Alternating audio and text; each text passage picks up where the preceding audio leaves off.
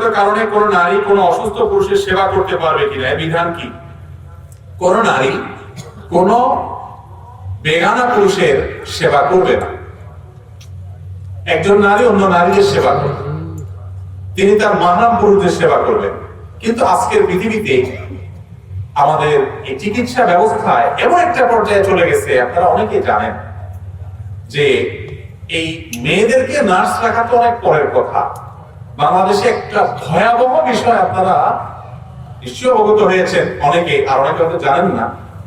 আমাদের দেশে যত ডেলিভারি হয় হাসপাতালগুলোতে, বেশিরভাগ হাসপাতালগুলোতে মেয়েদের সন্তান ডেলিভারির সময় পুরুষ ডাক্তার থাকে।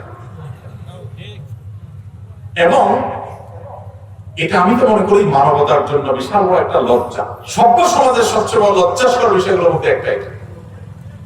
এই দেশে আলহামদুলিল্লাহ অনেক মেয়েরা এখন ডাক্তারি করতেছে, অনেক মেয়েরা চিকিৎসক হচ্ছেন। সেখানে একজন মায়ের, একজন বোনের, একজন স্ত্রী, আপনি নিজেকে সেই জায়গায় রাখেন তো দেখি। আপনার মা, আপনার বোন, আপনার স্ত্রী সন্তান ডেলিভারি হচ্ছে, এরকম একটা স্পর্শকাতর জায়গায় অন্য পুরুষ ডাক্তাররা কয়েকজন মিলে হাত ধরাচ্ছে, কত ডেঞ্জারাস এবং কত নির্লজ্জ একটা কাজ হতে পারে। প্রায় গোটা দেশের এই চিত্র হয়ে যাচ্ছে দিন যত যাচ্ছে।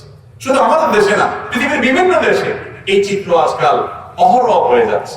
ইচ্ছাকৃতভাবে এই নির্লজ্জ কাজ করতে বাধ্য করা হচ্ছে। অথচ মহিলা ডাক্তার, গাইনি ডাক্তার অনেক হচ্ছে, আরো বাড়ানো যায়, বিকল্প করা যায়। অনেক সময় দেখা যায় মহিলা ডাক্তার থাকা সত্ত্বেও তথাকথিত ট্রেনিং দেওয়ার নাম করে আপনার ছেলেদেরকে সেখানে দাঁড় করানো। এই প্রথা দূর হওয়া দরকার এবং আমাদের সবাইকে আওয়াজ তুলতে হবে। সমাজ এতটা নোংরা, এতটা অসভ্য হতে পারে।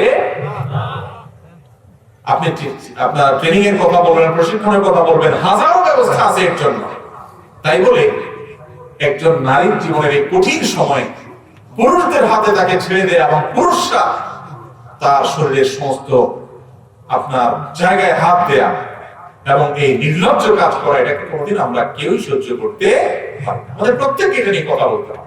আল্লাহ তাআলা আমাদের কর্তা ব্যক্তিদের জন্য বোধোদয় হয় সেই তৌফিক দান করুন।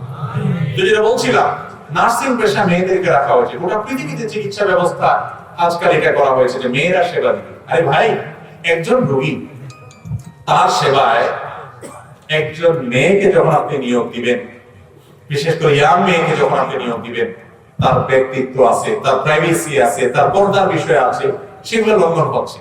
কেন? পুরুষের সেবা পুরুষ করলে সমস্যা কোথায়? মেয়েদের সেবা মেয়েরা করলে সমস্যা কোথায়? কিন্তু না, ওই যে ইবলিসের এজেন্ডাই হলো কোরআন হাতে যেটা নিষেধ করবে ওটা উল্টাটা করতে হবে। পর্দা যেহেতু আল্লাহ তাআলা ফরজ করেছেন, অতএব পর্দা লঙ্ঘন করতে হবে, এটাই সিস্টেম। তা না হলে পুরুষদেরটা পুরুষ করলে সমস্যাটা কোথায়? মেয়েদেরটা মেয়েরা করলে সমস্যাটা কোথায়? একজন মেয়ের জন্য কোন অবস্থাতেই এই ধরনের কাজ করা যায় না, যে কাজ করতে গেলে তার পর্দার বিধানকে লঙ্ঘন করতে হবে, হারামে লিপ্ত হতে হবে এবং পুরুষের সেবা দিতে হবে। হ্যাঁ, যদি কোথাও এমন পরিস্থিতি হয়, নিরুপায় কেউ নেই, একান্ত বিকল্প না থাকার কারণে বাধ্য হয়ে একটা মুমূর্ষু মানুষকে রক্ষা করবে, সেটা তো ভিন্ন কথা। আল্লাহ তাআলা আমাদেরকে বোঝার তৌফিক দান করুন।